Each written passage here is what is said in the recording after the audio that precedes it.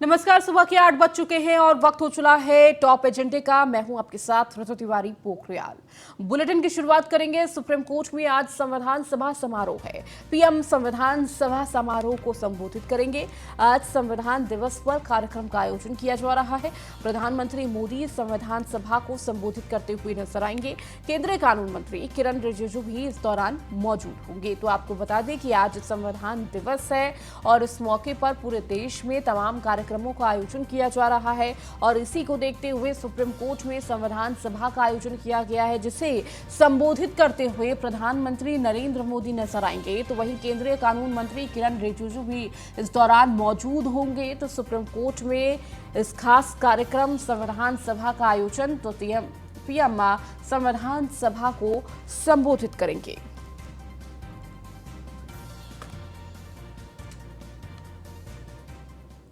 CM Yogi Adityanath का आज गुजरात दौरा है। बीजेपी प्रत्याशियों के पक्ष में करेंगे ताबड़तोड़ रैलियां।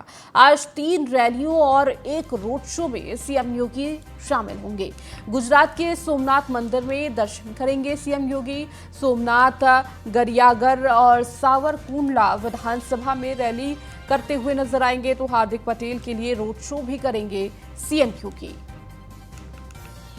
तो आज सीएम योगी आदित्यनाथ का गुजरात दौरा रहने वाला है और इस दौरान जनसभा को संबोधित करते हुए नजर आएंगे। करीब 3 जनसभा में सम्मिलित होंगे। इसके साथ ही एक रोड शो का भी उनका पूरा कार्यक्रम है और बीजेपी के पक्ष में वोट मांगते हुए नजर आएंगे। तो हार्दिक पटेल के पक्ष में वोट करते हुए, चुनाव प्रचार करते हुए सीएम योगी आदित्यनाथ नजर आएंगे।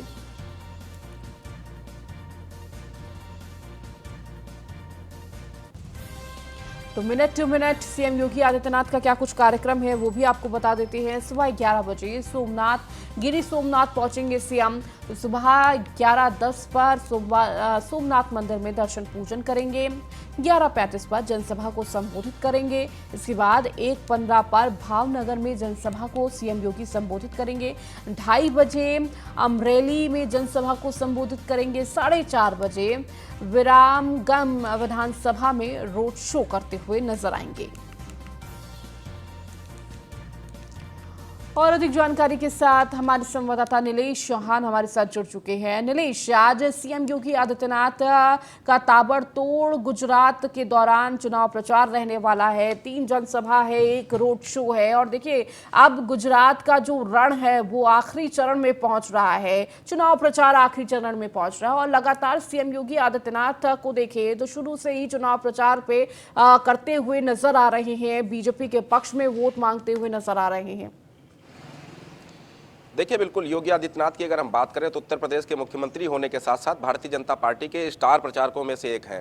सर्वाधिक मांग वाला अगर कोई प्रदेश का मुख्यमंत्री है तो उत्तर प्रदेश के मुख्यमंत्री योगी आदित्यनाथ का नाम सबसे पहले आता है। मुख्यमंत्री योगी आदित्यनाथ की अगर बात की जाए तो जब भी किसी दूसरे प्रदेश में जाकर, चाहे वो रैलियों को संबोधित करना हो, रोड शो में शामिल होना हो, जहां कहीं भी जिस प्रत्याशी के पक्ष में वो वोट मांगते हैं, कहीं ना कहीं उसकी जीत सुनिश्चित हो जाती है।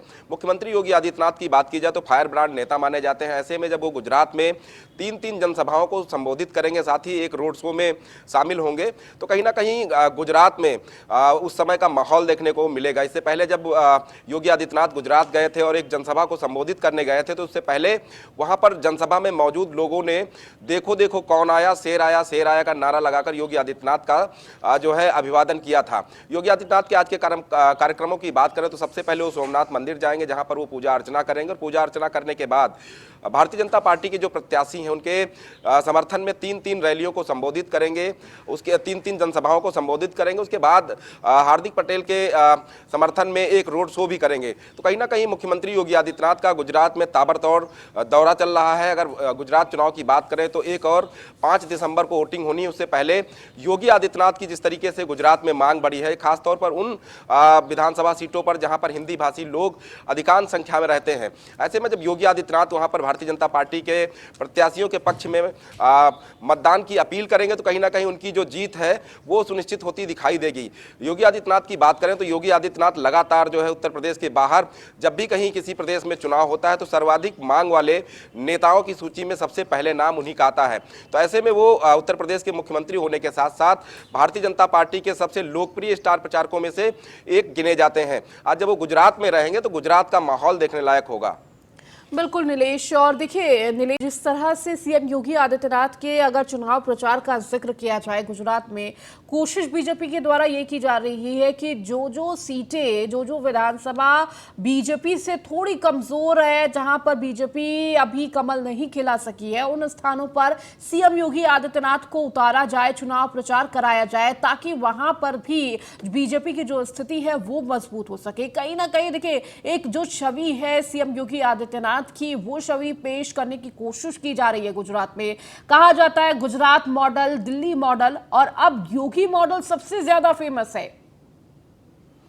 देखिए बिल्कुल, उत्तर प्रदेश में योगी आदित्यनाथ ने जिस तरीके से कार्रवाइयां की, चाहे वो अवैध तरीके से बनाए गए मकानों को गिराने का मामला रहा हो, अवैध तरीके से अर्जित की गई संपत्तियों को कुर्क करने का मामला रहा हो, यही वजह है कि उत्तर प्रदेश के मुख्यमंत्री योगी आदित्यनाथ की छवि दूसरे प्रदेशों में बहुत ही शानदार देखी जाती है। जिस तरीके से योगी आदित्यनाथ की जो बुलडोजर नीति है वो दूसरे प्रदेश के मुख्यमंत्री अपनाते हुए नजर आ रहे हैं।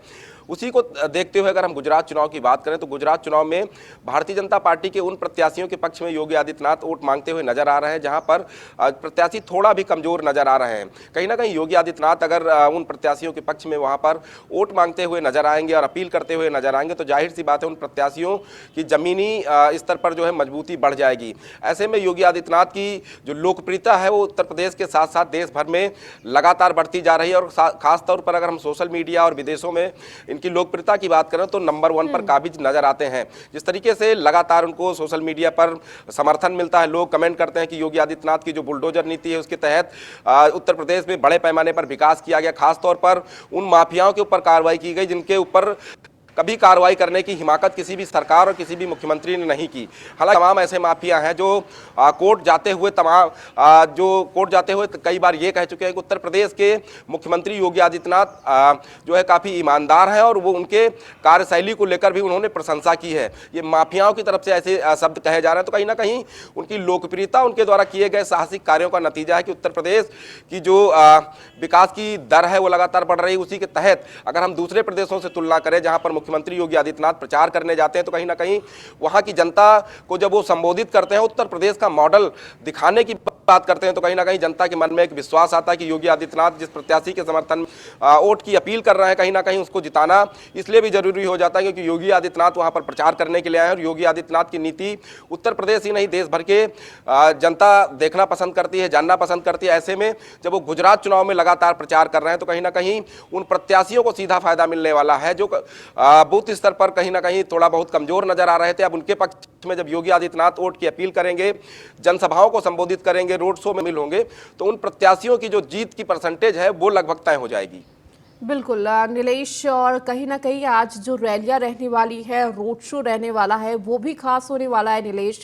जिस तरह से लगातार हम जिक्र कर रहे हैं गुजरात चुनाव, वो देखिए पूरी जो कमान है वो प्रधानमंत्री ने खुद संभाल रखी है। चुनाव प्रचार करते हुए, जनसभा करते हुए प्रधानमंत्री खुद नजर आ रहे हैं, उसके बाद गृह मंत्री अमित शाह नजर आते हैं। लेकिन अब जो पूरी कमान है वो सीएम योगी आदित्यनाथ के हाथों में देखने को मिल रही है और वही भीड़, वही उत्साह जो जनता में, गुजरात की जनता में नजर आ रहा है सीएम योगी आदित्यनाथ को देखने के लिए, उनको सुनने के लिए, वो कहीं ना कहीं एक जो नजारा है वो बेहद महत्वपूर्ण है।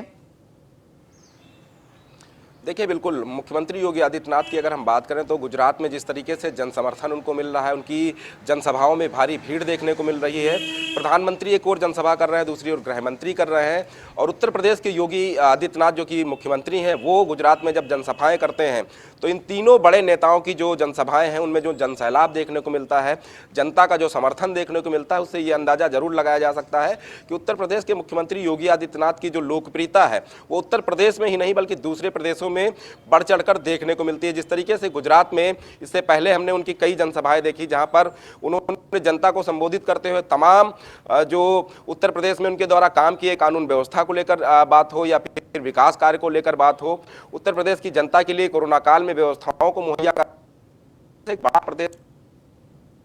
जनसंख्या की बात करें तो दूसरे प्रदेशों की अपेक्षा भारी संख्या में, वहीं जब मॉडल जो है गुजरात में गिनाया जाता है और गुजरात में कहा जाता है कि गुजरात को भी उत्तर प्रदेश के मॉडल पे जो व्यवस्थाएं चल रही हैं, अगर माफिया है तो उसके ऊपर बुलडोजर की कार्रवाई होगी, अगर महिलाओं को छेड़ने वाला है तो उसको त्वरित जो है कार्रवाई की जाएगी। तो इस तरीके से जब वहां पर जनता को संबोधित कर रहे हैं तो कहीं ना कहीं जनता के मन में एक विश्वास पैदा हो रहा है कि इससे पहले प्रधानमंत्री नरेंद्र मोदी जब वहां पर मंत्री हुआ करते थे तो उन्होंने भी जनता का विश्वास जीता था और साफ तौर पर जनता के लिए काम किया था, जिसका नतीजा रहा कि अभी तक भारतीय जनता पार्टी को गुजरात में 15 साल से ज्यादा का समय हो गया है और किसी भी पार्टी ने हराने की हिमाकत नहीं की, क्योंकि जनता का भरपूर समर्थन मिलता रहा है।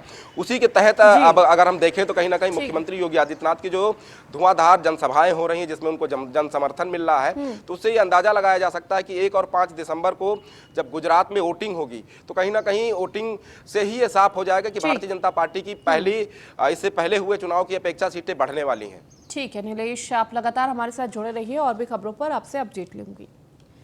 तो लखनऊ में आज मजदूर किसान महापंचायत इको गार्डन में होगी मजदूर किसान महापंचायत। आज राजभवन का भी घेराव करते हुए तमाम किसान नजर आएंगे।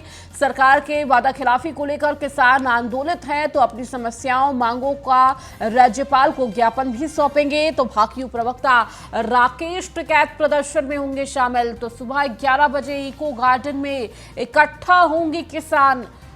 तो अपनी मांगों को लेकर किसान इकट्ठा होंगे।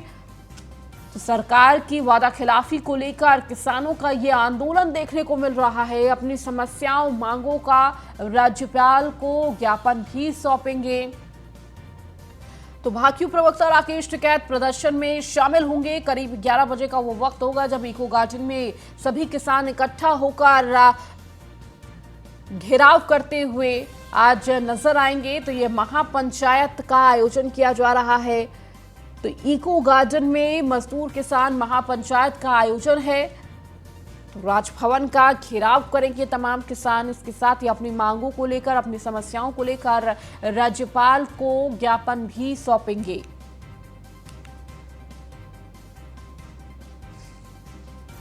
और ज्यादा जानकारी के साथ नीलेश हमारे संवाददाता लगातार हमारे साथ जुड़े हुए हैं। नीलेश, आज किसानों का ये महापंचायत देखने को मिल रहा है। इको गार्डन में ये पूरा महापंचायत आयोजित किया जा रहा है। इसके साथ ही राजभवन का घेराव करते हुए भी नजर आने वाले हैं। देखिए, भारतीय किसान यूनियन के प्रवक्ता राकेश टिकैत के आह्वान पर आज जो है किसान महापंचायत का आयोजन इको गार्डन में किया जा रहा है, जिसमें भारी संख्या में किसानों के जुटने की संभावनाएं हैं। किसानों के भारी संख्या में राजधानी पहुंचने की संभावनाओं को देखते हुए राजधानी की बात करें, खासतौर पर हजरतगंज इलाके की बात कर लें, चारबाग इलाके की बात कर लें, तो भारी संख्या में पुलिस बल वहाँ पर तैनात किया गया है कि अगर किसान विधानसभा की ओर रुख करते हैं या फिर राजभवन की ओर रुख करते हैं तो उनको बीच में ही रोका जाए। क्योंकि इससे पहले ही जो भारतीय किसान यूनियन के प्रवक्ता है राकेश टिकैत, उन्होंने साफ तौर पे कहा था कि किसानों की मांगों को लेकर, लखीमपुर में हुई घटना को लेकर वो उत्तर प्रदेश की राज्यपाल को ज्ञापन सौंपेंगे। ऐसे में उत्तर प्रदेश की राजधानी लखनऊ की अगर हम बात करें तो पुलिस बल पहले से ही चाक चौबंद है। लोकल इंटेलिजेंस यूनिट को चौकन्ना रहने को कहा गया है कि वो किसानों के ऊपर नजर बनाए रखे। अगर भारी संख्या में वो विधानसभा की ओर कूच करते हैं या राजभवन की ओर कूच करते हैं तो उनके ऊपर निगाह रखी जाए, जिससे यातायात और आम जनमानस को कोई समस्या का सामना ना करना पड़े। फिलहाल अगर हम चारबाग की बात कर लें, इको गार्डन के आसपास के इलाके की बात कर लें, कैंट की बात करें, हजरतगंज की बात करें, जहां पर राजभवन और विधानसभा दोनों हैं, ऐसी स्थिति में वहां पर भारी संख्या में पुलिस बल सुबह से ही तैनात किया गया है कि किसानों का कोई जत्था विधानसभा तक ना पहुंच पाए और ना ही विधानसभा के आसपास या राजभवन के बाहर कोई प्रदर्शन हो सके। तो इस लिहाज से पुलिस बल तैनात किया गया है। वहीं अगर हम राकेश टिकैत की बात करें तो 11 बजे जब वो इको गार्डन पहुंचेंगे उसके बाद किसानों के साथ पंचायत करेंगे। पंचायत के बाद निर्णय लिया जाएगा कि राजभवन का घेराव करना है या फिर ज्ञापन सौंपना है। तो उसी को देखते हुए जो पुलिस बल है वो चाक चौबंद चारों तरफ लगाया गया है। ठीक है नीलेश, बहुत बहुत शुक्रिया इस जानकारी को देने के लिए। बढ़ेंगे आगे, बात नोएडा की करेंगे जहां पुलिस और बदमाशों के बीच मुठभेड़ हुई है। मुठभेड़ में बदमाश अशोक को गोली लगने से घायल हुआ है। बदमाश का साथी पुलिस को चकमा देकर फरार हो गया। 6 से ज्यादा मामलों में वांछित था बदमाश अशोक।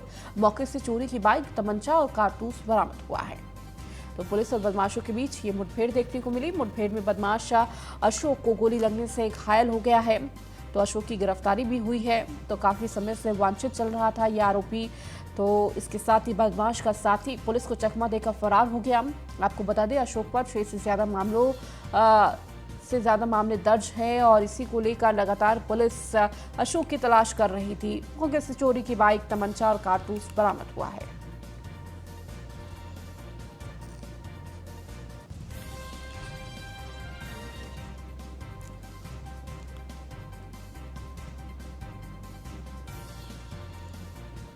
तो नोएडा में ये पुलिस और बदमाशों के बीच मुठभेड़ देखने को मिली है, जहां पर इस मुठभेड़ में लंबे वक्त से वांछित चल रहा अशोक घायल हुआ। तो पुलिस की गोली लगने से वो घायल हो गया। तो 6 से ज्यादा मामले अशोक पर दर्ज है और लगातार पुलिस इस आरोपी की तलाश में थी और आखिरकार पुलिस के हत्थे ये आरोपी चढ़ गया। तो वही इसका साथी मौके से फरार हो गया।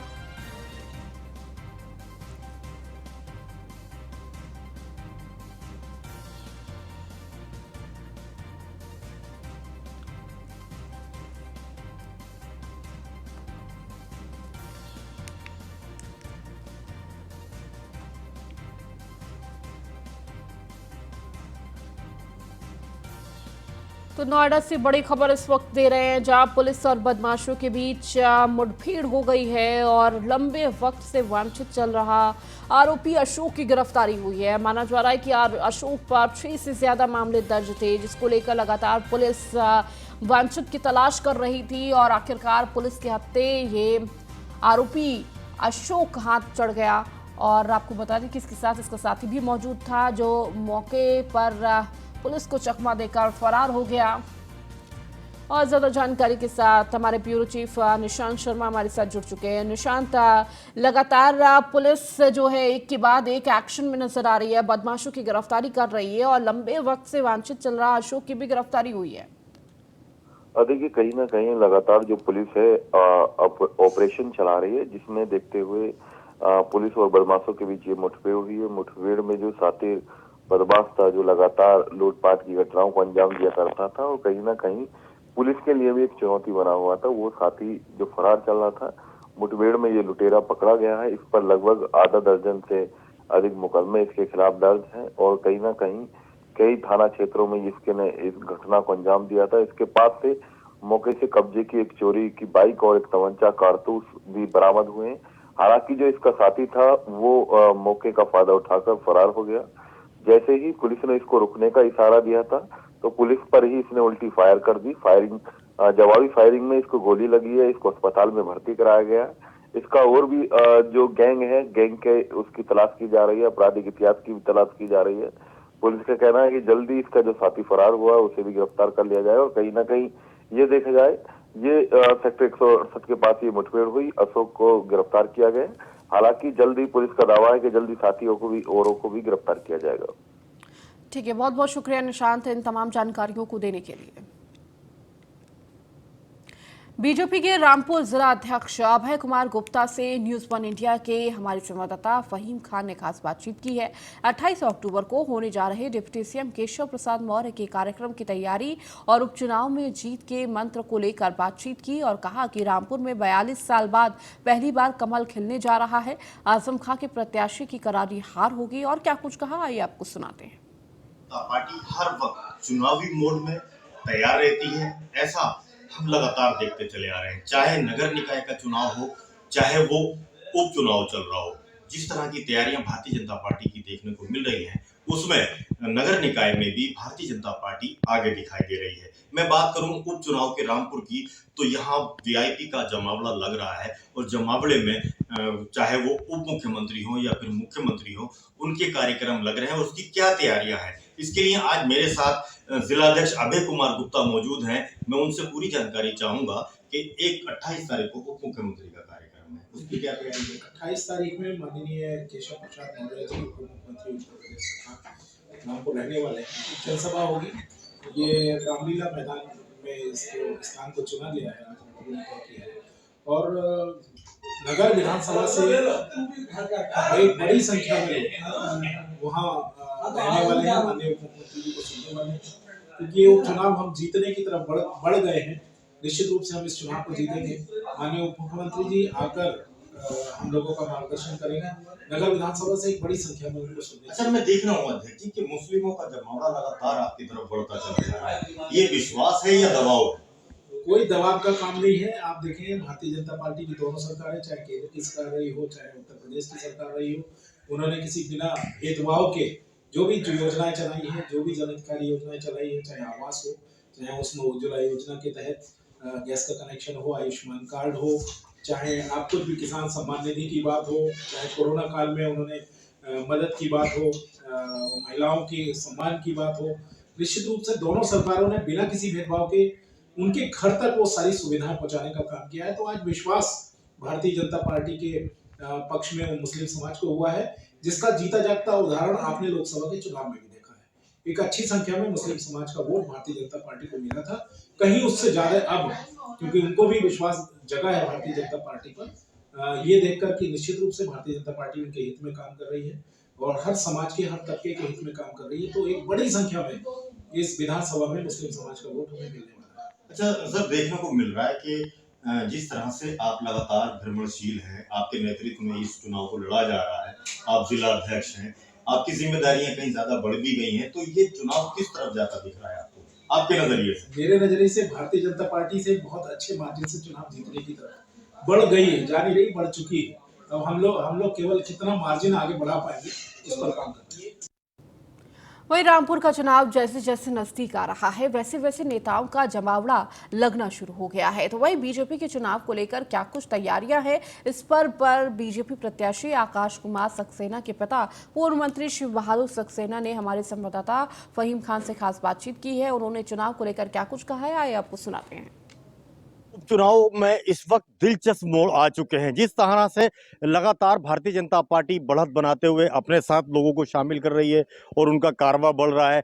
भारतीय जनता पार्टी के प्रत्याशी आकाश कुमार सक्सेना के पिता पूर्व मंत्री शिव बहादुर सक्सेना इस वक्त मेरे साथ मौजूद हैं। क्या है तैयारियां और क्या रहेगा, आज जान लेते हैं उनसे। न्यूज़ वन इंडिया में आपका स्वागत है। मंत्री जी, बहुत पुराने लीडर हैं आप, क्या लग रहा है इस बार चुनाव का? चुनाव का माहौल जनता के हिसाब से तो लग रहा है कि भारतीय जनता पार्टी की जीत होगी। इससे पहले आप भी आजम खान से चुनाव लड़े थे और आकाश भैया भी चुनाव लड़े थे और दोनों को ही मात मिली है, क्या कहेंगे इस पर? मैं तो चुनाव लड़ रहा था आज से 42 साल पहले 1980 में, जब भाजपा बनी थी तो मैं पहला प्रत्याशी था यहाँ, और आजम खान लोक दल के प्रत्याशी थे। बहुत थोड़े से वोटों में चुनाव हो जाया करता था। मुझे 8,000 वोट मिले थे, उनको 11,000 वोट मिले थे, 3-4 हज़ार वोट से।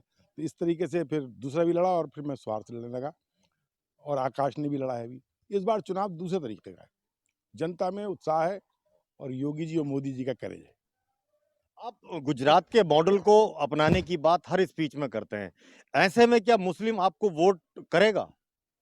कर रहा है साहब, मुस्लिम इसलिए वोट कर रहा है, वो योगी और मोदी जी ने पूरे लॉकडाउन को ऐसे निपटा दिया जैसे कोई बात छोटी सी थी। हर घर में 40 किलो रोज राशन मिलना, लोगों को फ्री गैस मिलना, लोगों के रेजिडेंशियल जो कॉलोनी बनी है वो उसका आवंटन होना। आपकी जो छवि है वो कट्टर हिंदूवादी नेता की है, ऐसे में मुस्लिम जो है वो झिझक रहे हैं आपके पास आते हुए, क्या रहने वाला है? लेकिन मुसलमानों का भी कुछ रुख बदला है, इसलिए कि उनको भी मालूम है कि बहुत दिन हो गए, 70 साल हो गए कांग्रेस को देखते हुए, और योगी मोदी के जोड़े को, डबल इंजन की सरकार को देख रहे हैं। उनके मन में भी है कि हम भी चलती हुई उसमें गाड़ी में बैठे, ये इसलिए लगता है कि मिलेंगे। इस बार क्या महसूस कर रहे हैं, क्या मुकाबला बराबर का रहने वाला है या फिर ऊंचा? इस बार भारतीय जनता पार्टी समाजवादी से बहुत आगे है, यानी कि रामपुर में भाजपा जीतेगी, कमल खिलेगा। आप हैं शिव बहादुर सक्सेना जी, पूर्व मंत्री, बहुत कद्दावर नेता रहे रामपुर के, और इन्हीं के बेटे हैं आकाश कुमार सक्सेना जो इस वक्त चुनावी मैदान में हैं। इनका साफ तौर पे कहना है कि मुस्लिमों के अंदर जो विश्वास बढ़ा है, उस विश्वास की बदौलत ही विधानसभा का ये उपचुनाव जीतने जा रहे हैं और रामपुर के अंदर कमल खिलाने जा रहे हैं। न्यूज़ वन इंडिया के लिए फहीम खान, रामपुर। चलिए, इस बुलेटिन में फिलहाल इतना ही। बने रहिए न्यूज़ वन इंडिया के साथ।